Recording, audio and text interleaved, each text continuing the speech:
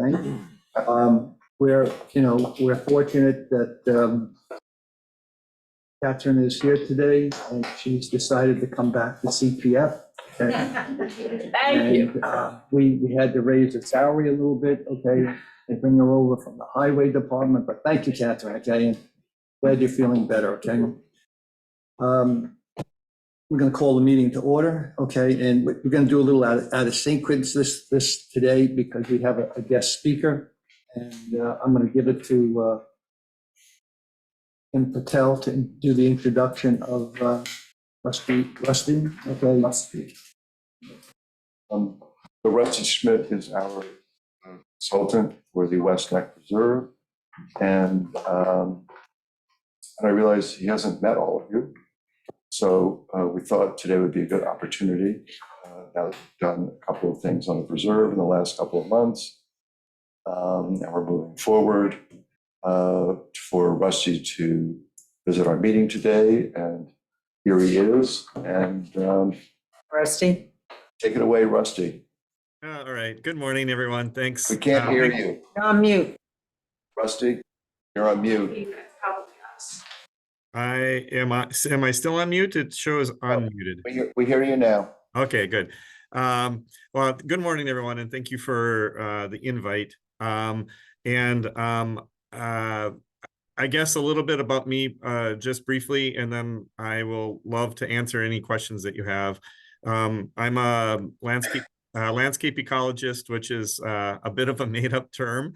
I went to school for biology, chemistry, art the first time, worked for the state of Minnesota for a long time, have done a whole bunch of prairies and meadows and woodland restorations of 10,000 plus acres. And then I went back to school for a master's in landscape architecture. And so I only do sustainable landscape design and restorations, invasive species removals. And I've been doing it my entire career. And I'm getting a little gray in the beard now, so I'm getting a little older, and I've been doing this quite a while. Anyway, I call myself a landscape ecologist because it kind of fits what I do.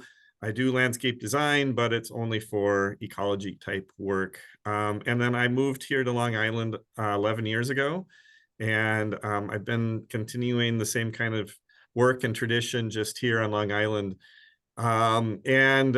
Just so I want to point out, my screensaver, what's over my shoulder, is a meadow that we did at the Sisters of St. Joseph property in Brentwood. This was a year after it was planted, and you can see it's quite stunning. It doesn't quite look like that now. The yellows, the black-eyed Susan is the predominant yellow in there. They die back over time, and now it's more grasses with purples, whites, and some yellow, not quite as profuse as this. And I do have pictures of that if you wanted to see what that looks like through the process, and then what it looks like today. I thought, Rusty, because I'm not sure everybody here, but also in general, sort of knows what meadows look like sometimes, and for the process of not just making them, but then also maintaining them, and what happens to them in the wintertime, and that kind of stuff. Yeah, so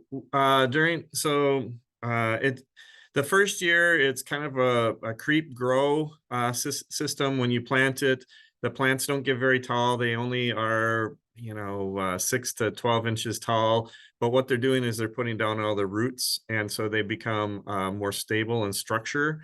And it actually pushes out a lot of the invasives that try to come in at first. And so that really helps stabilize the site. And then it gets to its full height, whatever you've planted it with, within a year or so. And then what we do at the one over my shoulder is we've mowed it one time in 8 years. That's it. And that was In the spring, we leave it up during the winter. So in the stems of all these plants, there's a whole bunch of beneficial insects. And so we don't mow it down. It also provides cover for birds' nests and things like that. But we did mow it once in a spring 3 years in. We haven't mowed it since. We're getting a permit, and we're looking to light it on fire and burn it this coming spring. And that's actually way better than mowing. It has a better effect on the meadow. It really keeps the woody species out. It really helps the long-rooted grass species to thrive, and they come back faster and thicker and richer and more robust. But we do that once in this. We're going to do that in the spring. It's never been done in islip, so that's why that's actually it. More of the reason why we're going to burn it is just to prove that it can be done in an urban setting in islip. It's going to do wonders for the meadow, but it's not really the biggest purpose. It will be a need in the future when we continue to get shrubs and woody species trying to get into a meadow. Excellent. Rusty, Gordon, okay. How did, we have this issue of burning, okay? Did islip have any restrictions on burning? Yeah, they do, and we've been working. So I was actually easy to get the permit from the state Department of Environmental folks, the DEC, but the town is the one that's been a little bit more hesitant, and they are. We're showing that it goes really well. This is an 8-acre property, or 8 acres of meadow, and it will really kind of go woof. It will we'll start on the correct side. There's a very specific way of burning any open spaces, and so that it's very careful and controlled. We back burn it, and then we let it go, and we'll probably have the whole thing done in about a half hour to an hour, and it'll be done. I know the fire trucks from islip will be there. They don't need to be there, but they will. And I guarantee you there'll be 15 of them there waiting for something that will never happen. And what I'm hoping to do, and we've been talking with the fire department, is to actually train them in the opportunities of doing open space burning, outland burning is a lot different than a structure fire. I would never go into a structure fire, but I'd run into a field fire anytime. I know that one. I don't know structures, and so it's the ability to teach them how to do that. When I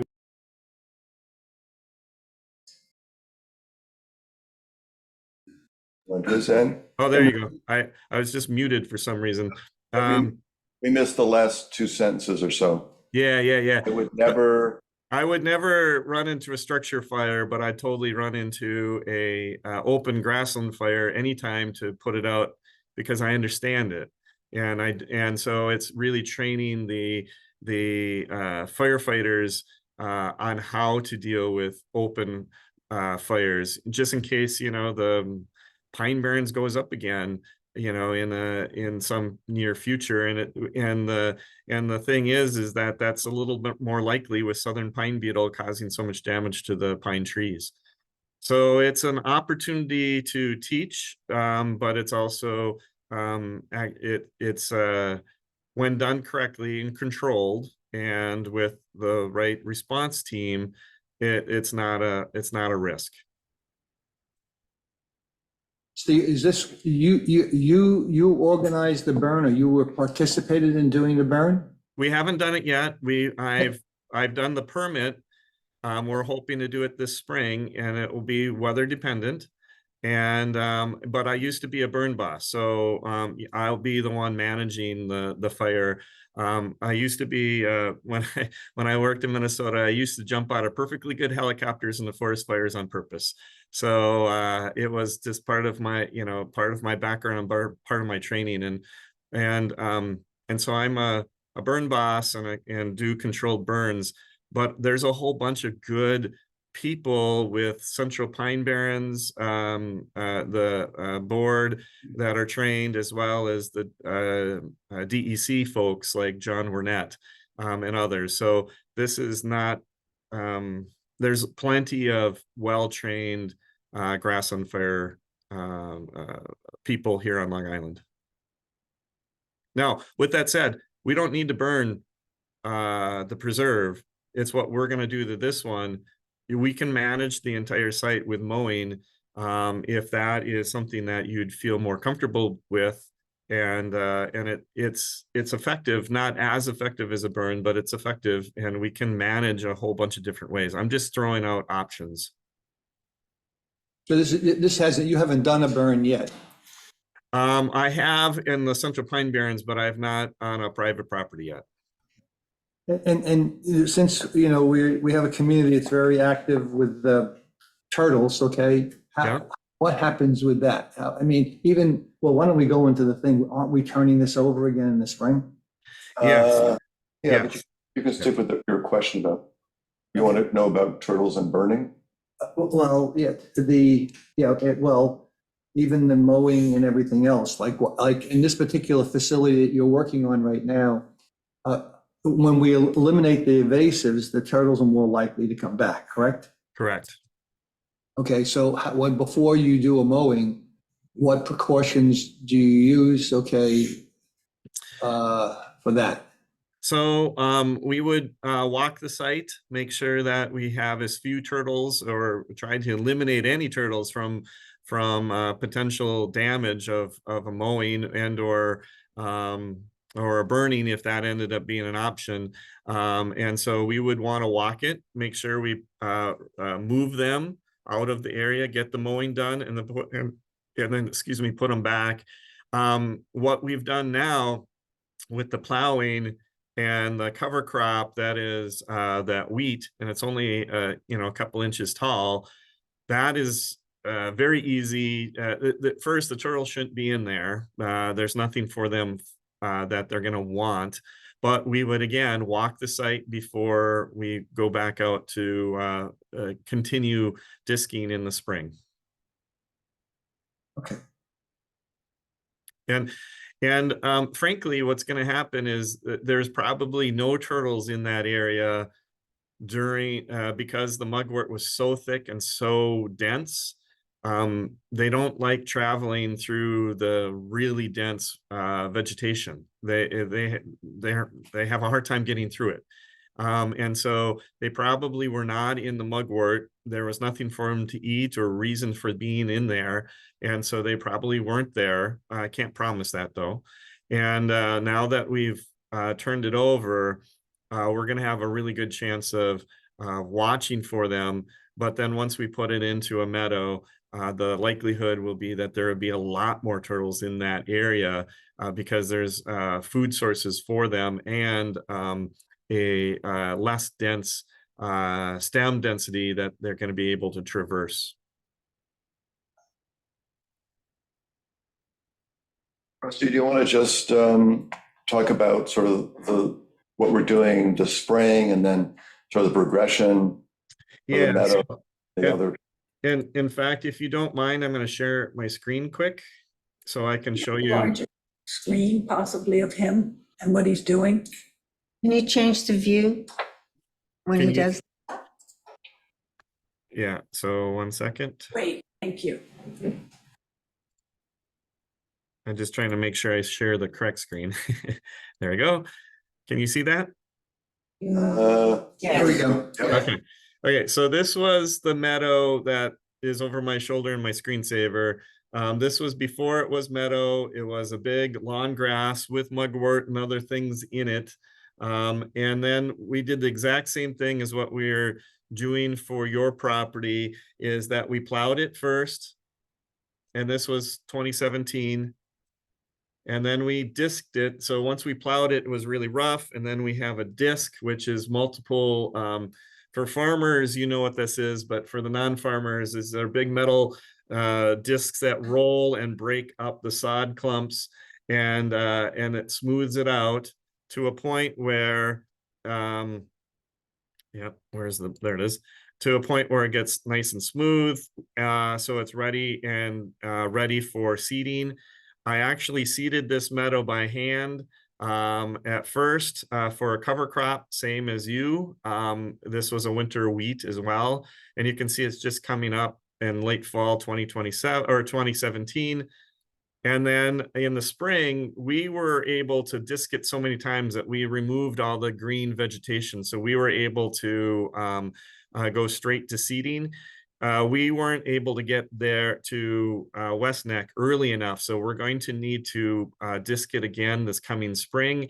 So we're going to go back to, we're going to need to do this kind of disking again a couple times until it stops turning green, which means we've eliminated the mugwort seed bank and eliminated the mugwort onto the property.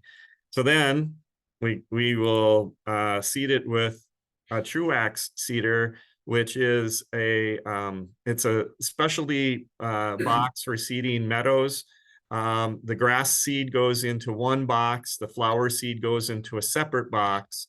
And so it lets the seed out at a different rate. So the grass seed will come out at a rate of 10 pounds per acre, something like that, where the grass seed or the flower seed will come out at 2 or 3 pounds per acre. The reason for that is that the flower seeds are so much smaller, and you don't need as high a density of them, where the grass seed is fluffy and you need to kind of break it up and put it in. So then this, there's a little plow that makes a little divot, and then it drops the seed into that divot about 1/4 of an inch, and then these little wheels on the back side. So that's the little plow, Press it drop down. the seed, and then this little wheel on the back pushes the soil back together, and it drops the seed about 1/4 of it. Clever. Then Why didn't I think of that? what was that? No, I'm just saying it's clever. Why didn't I think of that?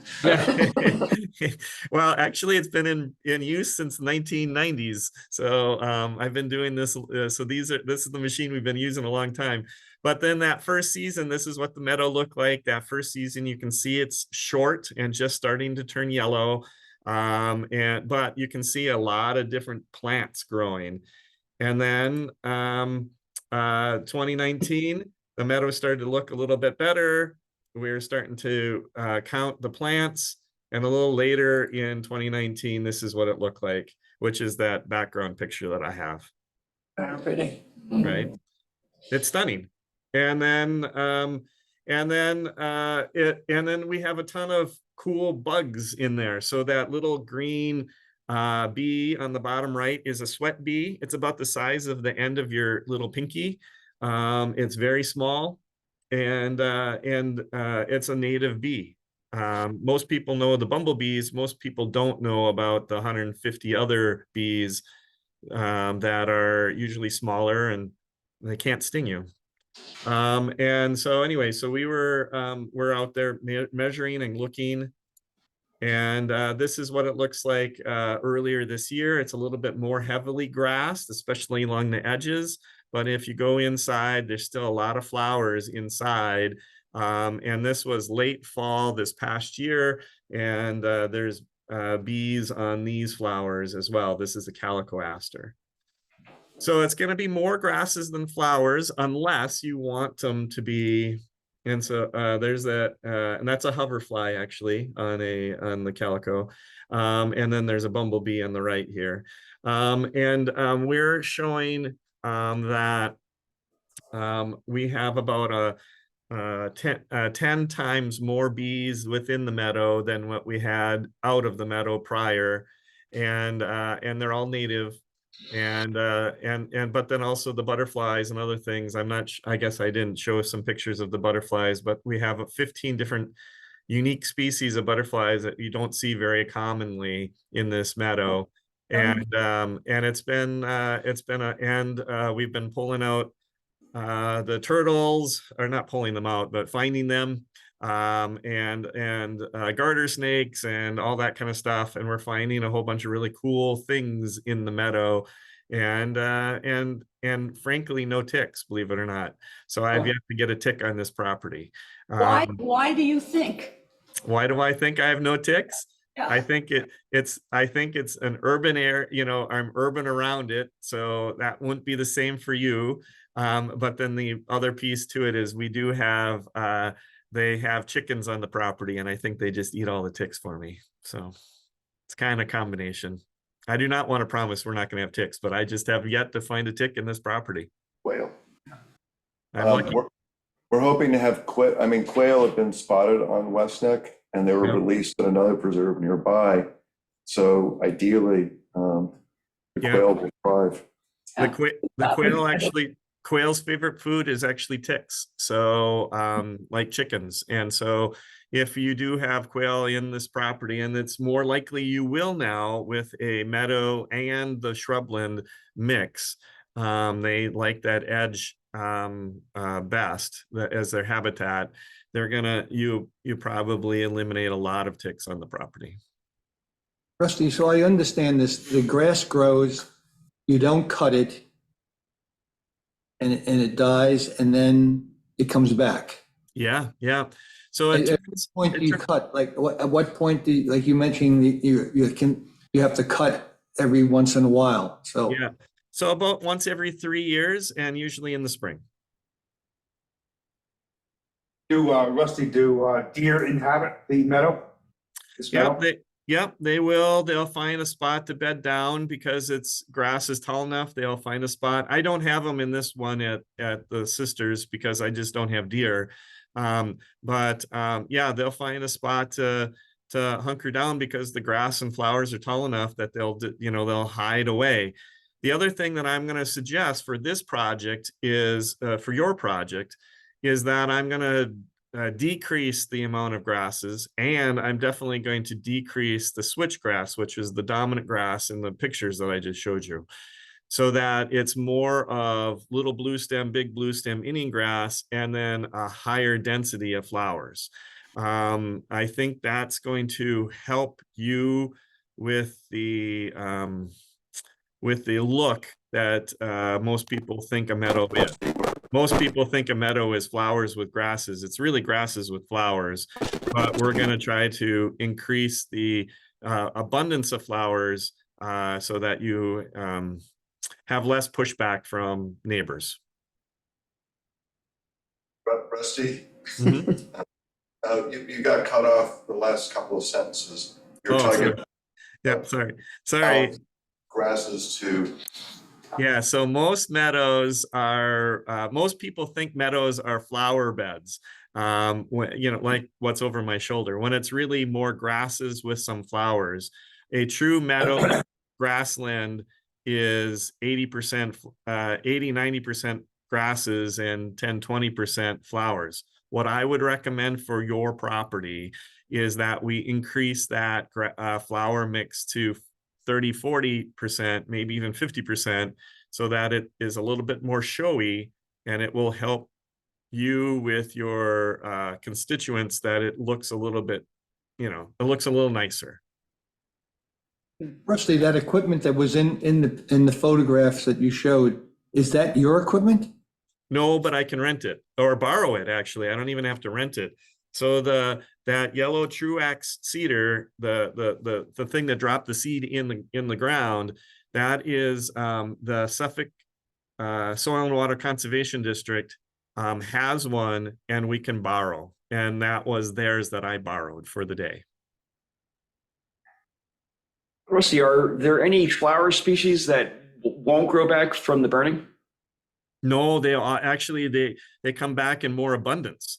When you do burn, what it does is their roots go down multiple feet deep, so they don't actually burn off the top of the roots, and then they come back more lush, and any seed that has an opening takes off as well. So so it has an opportunity to have a flush of more flowers, believe it or not. Excellent. And there's a few flowers that are only found on Shelter Island.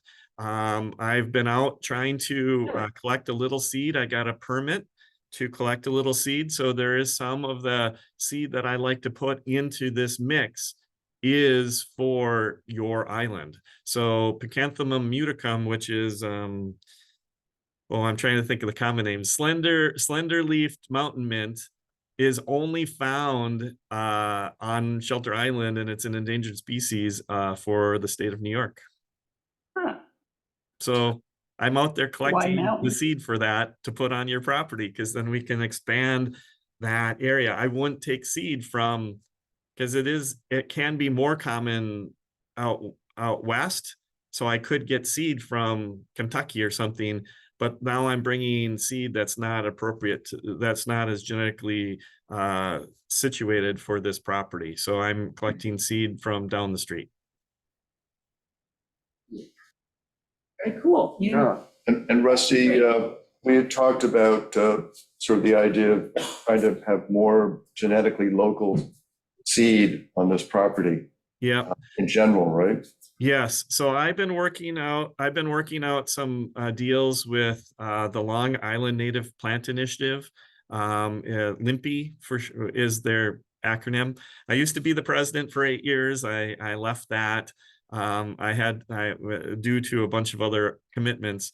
But I've been working with them, and we've been collecting seed throughout Long Island, and some of the seed is getting to be pretty bulky and a little older.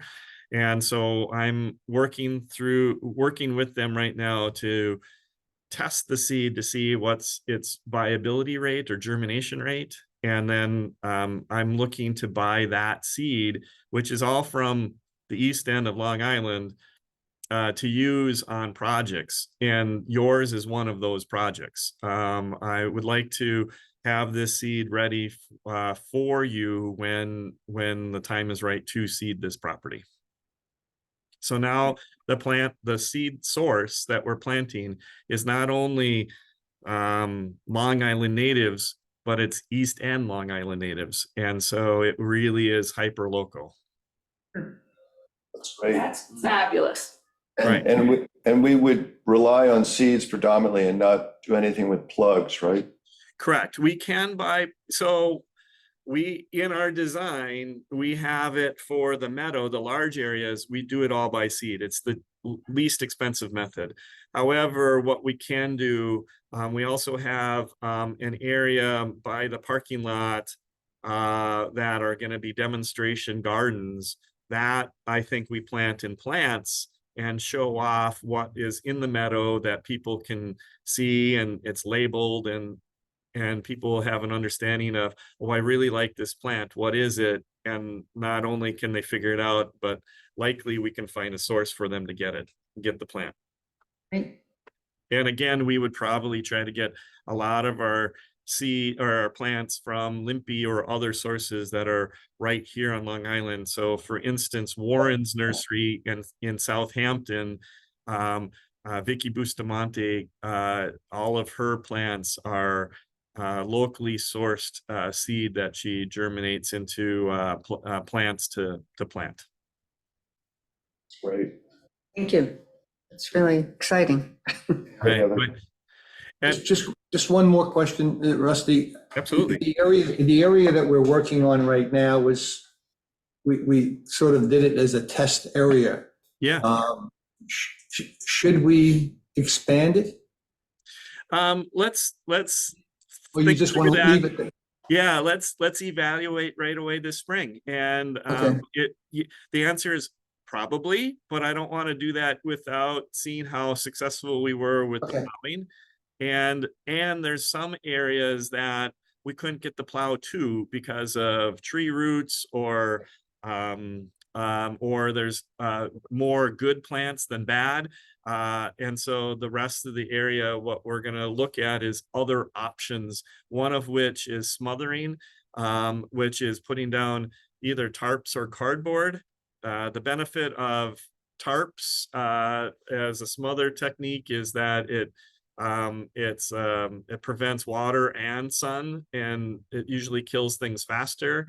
However, it's plastic out in the field. So the benefit with cardboard is we can take an area, put the mow it down tight, and then put the cardboard down and then mulch on top of that.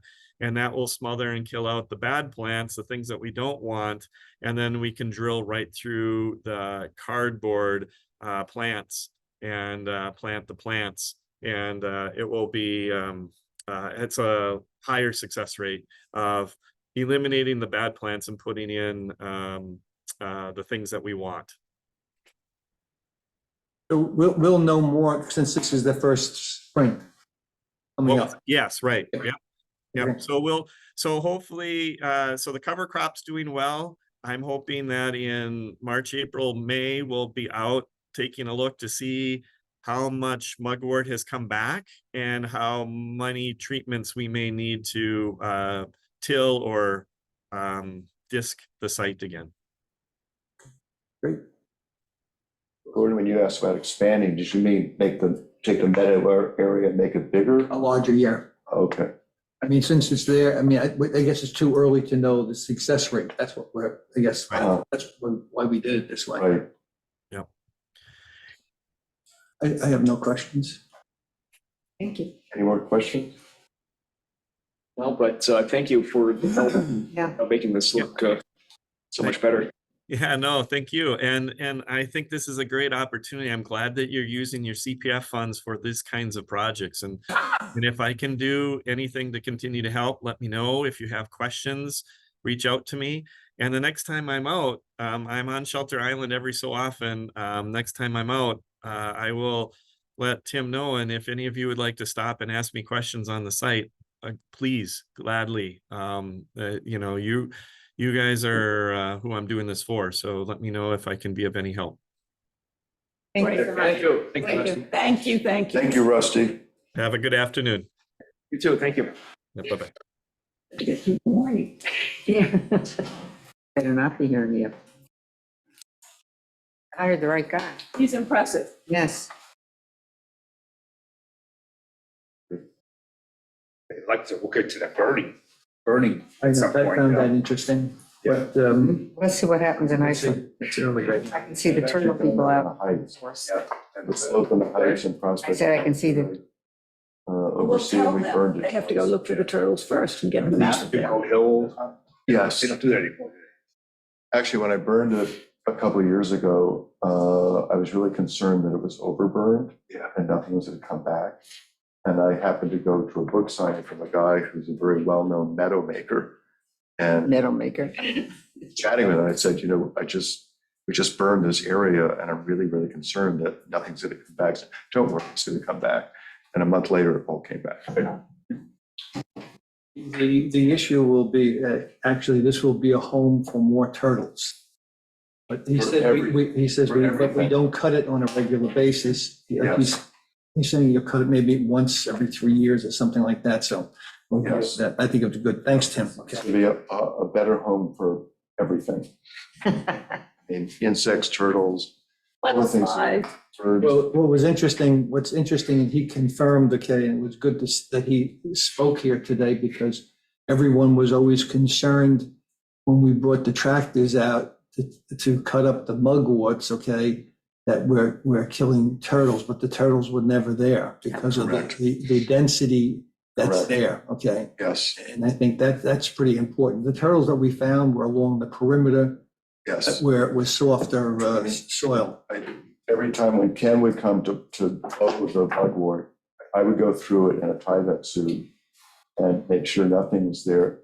Trust me, I found one moth, nothing lives in that stuff. So actually, long-term, it gets even to be less expensive because you're really letting the meadow grow and you're not cutting it every year. Correct. It dies by itself and it comes back to life. I guess Yes. it gets to a particular point where you may have to cut it because it's either taller or something else goes on. You want to eliminate any shrubs and other. So the public has to be aware that when they look at this thing and it's growing and it looks like it's raggedy, okay, it's not really raggedy. That's the way, and it's that's the way it should be. Yes, and people should understand, as he pointed out, you don't want to cut it because you've got insects living in the stems and birds still make use of it for the seeds. I mean, there are all sorts of reasons why a meadow, even in winter, even if it doesn't look good, still has a very important function. Okay, let's move on. Okay, we got a lot on our agenda today. I want to, hopefully we'll get done by 1 o'clock, okay? I have to leave at 10 to 10. I can't stay past 10 today. You have to move You have along. to stay, okay? We, No, I gotta go to the vet. At 10 o'clock, this room for interviews, for board candidates. okay, so we really have a problem, okay? So We we'll do have have to to whip move. through this, okay? Everybody's had the minutes, Yep. Captain put them out on Saturday, so. I move to approve them. Second. Okay, Okay, let's go to the financial We can report, do that quickly. okay? Financial report. Basically, let's just, okay, so the financial report, okay, so you can see that in December, okay, the new funding was $26,000, Mhm. okay? And actually that December, actually, it's in December, but actually it's really for October's money, Okay. okay. okay? So we still have 2 months, still have 2 months left Right. to the calendar year. So the bottom line is, just going to go through this. I think if there's some more deep questions here, you can get into it, okay? But the opening balance of that, our working account was 1,678,000 and change there. We had some expense.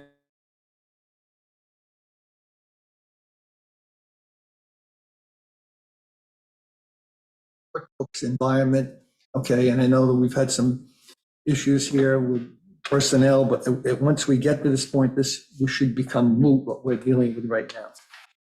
So the closing balance, okay, was 1,677,000. You'll see out of those expenses, it's at the bottom of the page, okay? What belonged to WQIP was 26,000 of it. It was payroll. So in any event, so our New York working class, the high interest rate class, was a starting balance of 11,493,564.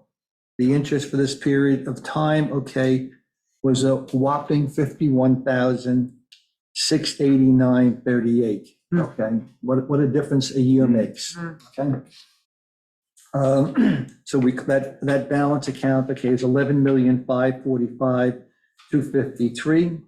The expenses are there, so the cash balance in CPF, which includes the WQIP money, was 13,222,862.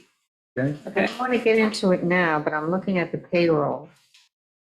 September was different, the other term. So that's like $2,000 a meeting for payroll? yes.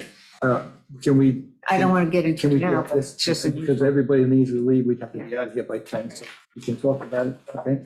The next item, okay, the next, could you put that up on the screen, Captain, I'm sorry, in case anybody had any questions about it?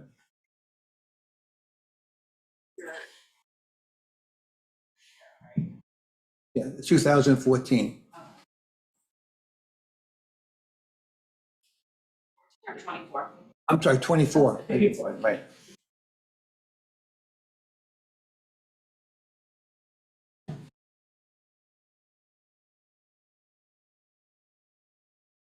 No, I threw this slide, it's just when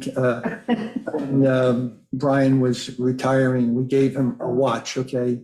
Albert's going to give us back his watch we gave him. Okay. All right, the next page there is, this is a good, all right, that's that chart. Let's go to the next page, please. There one before this, go one more, go back.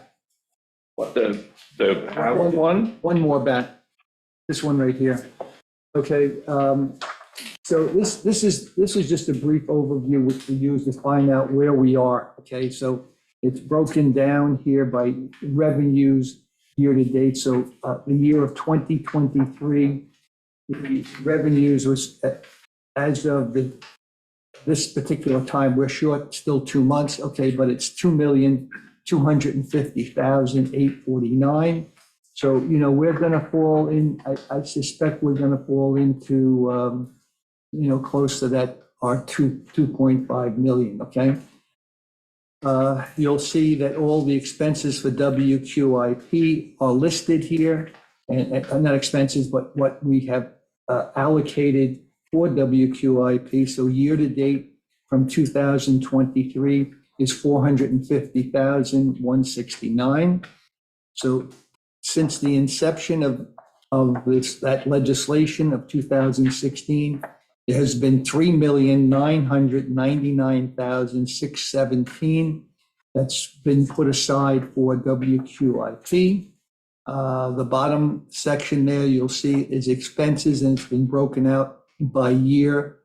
And all I did here is we subtract the expenses from what was allocated. So at this particular time, the WQIP fund has 3,266,477.97. The next line under that is showing that the expenses to date that have come out of the CPF checking accounts and so forth has been a total of 578,000. The cash on hand was that 13,222,862. So all I did was subtract the amount that's been allocated to WQIP. Okay, so our available cash for CPF in terms of acquisition properties, okay, is 9,956,384. Okay, I think this is a good thing that you look at, you know exactly where we're going. Can we go to the next screen, Catherine? This is nothing more than comparison I give out every month, okay, which basically shows how we're doing relative to other months. Right. And you'll notice that so you can see how we are compared to last year. So that 2021 was a very unusual year. Okay, that $5 million was a very, very unusual year. Okay, and we'll go to the next page here. The next screen, okay, has to deal with the transfer of CPF to WQIP. We're separating the funding. I don't think the check has been written yet because it's not showing in my financials. I'm sorry? I think it was done in June. It would be in January. It's going to be done. Yeah. So it'll be in January. But anyhow, this is the breakdown of the transfer of the 3,291,473 will go from CPF into a separate account with WQIP. So that all we'll be dealing with is what CPF transactions are about. Okay, Good. Any questions relative to Nope. this? Okay. To move on, the next item that I have, okay, is I am talking about, I put down the Cedars, okay? The two things that we need to do, okay? We need to get stewardship plan for the causeway, and we need to establish we need to establish the stewardship plan. And we have exactly the same thing on the White property. So what I am asking, okay, is I would like to see maybe if we could get a group of us, like a subgroup, to work on those two parcels. Or the other item that I was thinking about this morning, if we want to do it ourselves, that's fine, okay? But we had Ed Schillingberg that worked with us for many years. So I was wondering whether anybody would have any objections of him working with us to No, put that love it. together. And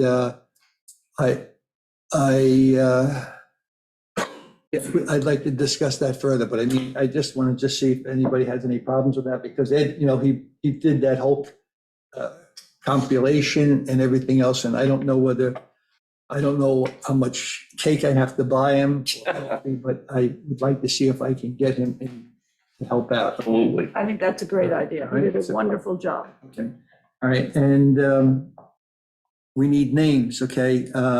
Let's just quickly on the Causeway and on the White property, we've been talking about this for a long time. Does anybody have a problem with the Cedars? If that, we've been talking about it that way since the acquisition. For the causeway. Causeway, yes. Huh? Bus Cedars? The Cedars. Or gardeners, cookout or something. Why don't we just all put some names together so that we can get that resolved? And then this morning, not this morning, but the White Preserve, okay, we started with West Neck Creek Preserve. There was some different names that were thrown around today. What, Kathy or Kathleen, what did you? Thought Artist Lane Preserve. We had been talking about it as the West Creek Preserve, and we thought it would be confusing. Would it be two separate ones, two separate names or? No, one name, One name. one name.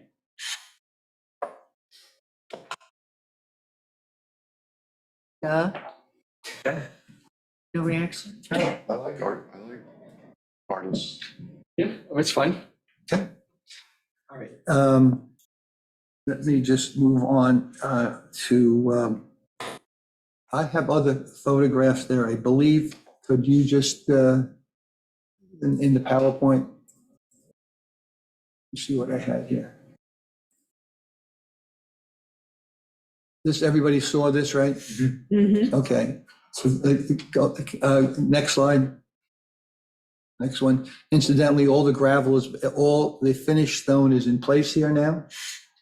Okay, and our trees are in place with the parking, and they're putting finished stone up this week in the parking area, so everything should be complete. So the planning, they should be released out of it. Okay, so now it's the stewardship plan. Cackle Hill, I wanted to show you this. We had this. I know this doesn't show it very well. Okay, but I'm taking this picture. We had the boundaries resurveyed, and we found the monuments and so forth. There are stakes that are there. I don't know whether anybody had, well, Chuck and I were there, okay? So like when you look at this picture, that mowed area is really our land. Okay, a good part of that area is our land. I mean, This, is that the stake? to the left, you can see a stake. Yeah, you can see a stake. On the right, I see a stake. Yes, that's a stake, right? Okay, wow. Oh, I didn't realize it went out that far. Yes, Wow. exactly. But where we went into the woods, it kind of gets really narrow right there. Oh, it does, yeah. Where you come out the first trail, but it's pretty good. There's another slide here. That's where the loop was, where you went around. Mhm. Okay. And it's Wow. basically just to give you I mean, it's just, we have a tremendous. You can see part the of that. water in the background. Can you just go back one slide? Go and see the water in the background? Yeah. That's all part of West Cackle Neck. Hill? No, Not all it's- of it, but No, a good portion of that grass that you see right there. Wow. is part of I it. mean, I would say it's probably, it has to be a half acre, at least. Make a nice meadow. On that, It Tim. already is, and they mow it Hey, too. you just get your first meadow in place. Yeah. All right? I'm Let just it keep mowing thinking, it, right? thinking ahead. I have a new name for you, Meadow Maker. That's Yeah, right. that's a good one. Okay. Meadow or Meadow Man. So the reason, just go back one slide for a second. So the issue here is that we need to delineate where our property line is from the house, okay? And I got some drawings from Suffolk County of how, I think we need to let this grass grow. That's the bottom line. I don't think we should have other people cutting our grass. Okay? Weren't you Well- gonna ask Prudence Yeah. about doing that? You've already got probably blue Yes. stain grass growing right here. Yes, but this property line is over here. It's way out here. I can't. Where's the house? in relation to Over this? here. Okay. So the thing is, I was walking, I walk on a lot of the county property, okay, just to see what they do with their properties, okay? So Captain, go to the next. I saw this on a couple of their properties and I thought how simplistic this could be. We're dealing with oversized benches and everything else, and this is all only but a 4x4 post, okay, with a little crossbar and two pieces of actually it was 5/4 by 6 treated lumber. And I just thought that would be, it doesn't get any simpler than this. So when the bench goes bad, you just take off the two top boards This is as a bench or as the boundary? as a bench, but also I'm trying to figure out how to create some, it's a vista there. Right. And the problem that we're going to have if we don't let it grow natural, and we don't have some kind of a thing there, they're going to walk into people's yards. Right. So where that is, we need to have those preserved boundary signs aesthetically facing the preserve so that people don't walk. And then, of course, as much as we hate signage, that we're going to have something that spells out that this is private property and not the, Sure. so Would you need a lot of these? Huh? Would you need a lot of these? No, I just saw it, I thought of it for other properties, okay, as well as, maybe it matches something here, but it's very simplistic, okay, very inexpensive, okay. For this property, you just want to put something like, Like they did on the Suffolk County did this over on, as you take, coming out of Greenport, there's a preserve on the right, and they had these 6x6 posts. I think we've talked about it. It's like low to the ground. Oh, Suffolk It's like County. a parking, yes, like a parking area. Your South Hole. Yes, near South Hole. Which is very nice. So I'll have more of them for maybe for the next time we meet, okay? But I think it just looks aesthetically, it's low. You can put a little sign on the bottom of it, nobody's even gonna see it. But we need to make sure that no one is walking through other people's property. Okay, next, hold on. Before we get to the executive session, I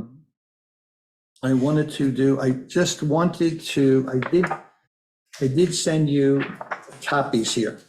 Yep.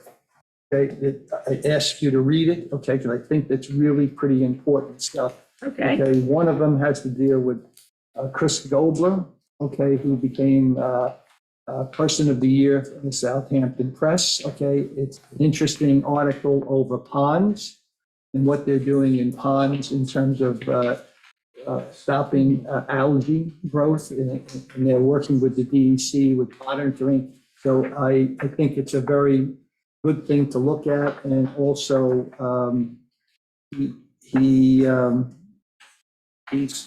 restoring clams. He's had a successful program of clams in the Shinnecock area. What they did when they do the seeding, they create areas where there's no clamming in order for the clam to mature correctly. But I just felt it was, But then they're also, the Interesting locals stuff. in Shinnecock are doing a lot of kelp and doing kelp Right. farming, which is going very and the well. only other one is, I just thought this was very interesting because this is, we've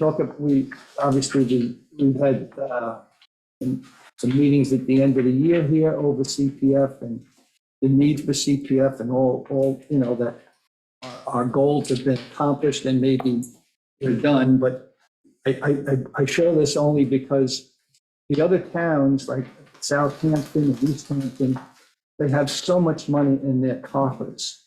They don't know really, they come up with projects to spend it. Yeah. We're in a completely different situation because if you look at our revenue stream, if we take in $2.5 million, okay, 500,000 of that goes to water quality. So it's really 2 million.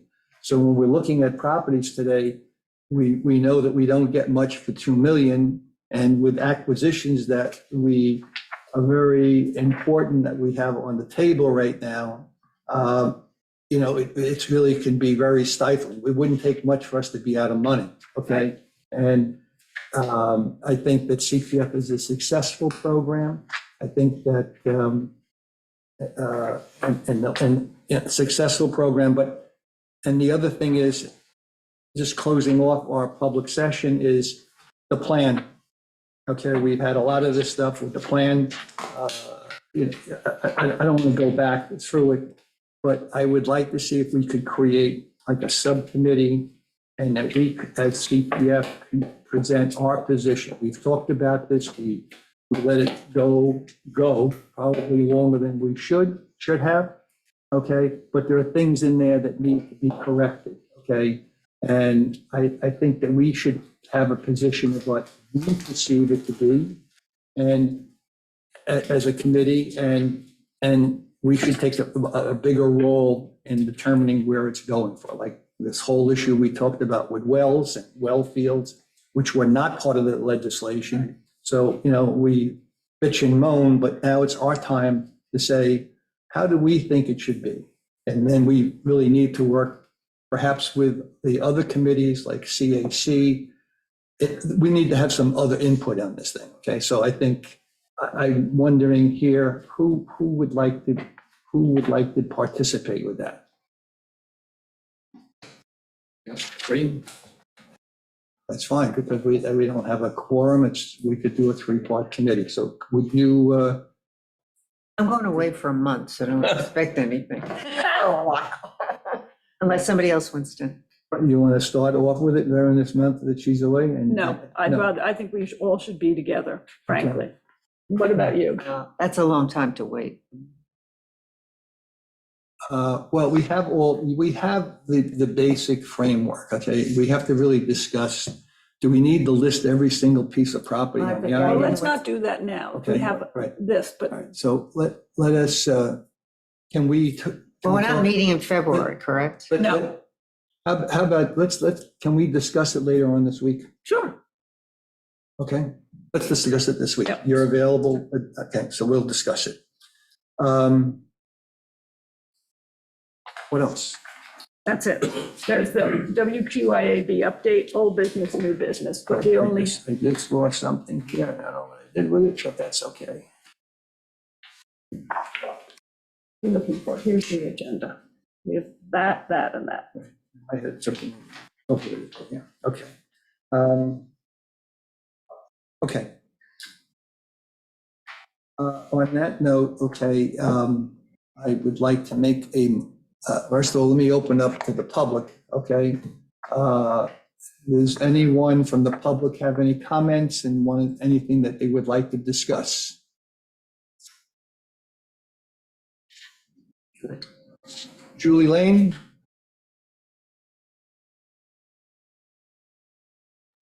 I'm fine, thank you. Thank you. All right, on that note, if there's no further questions, I'd like to make a motion to go into an executive session, okay, to discuss acquisitions that we currently have on our table, okay? Second. Thank you, okay.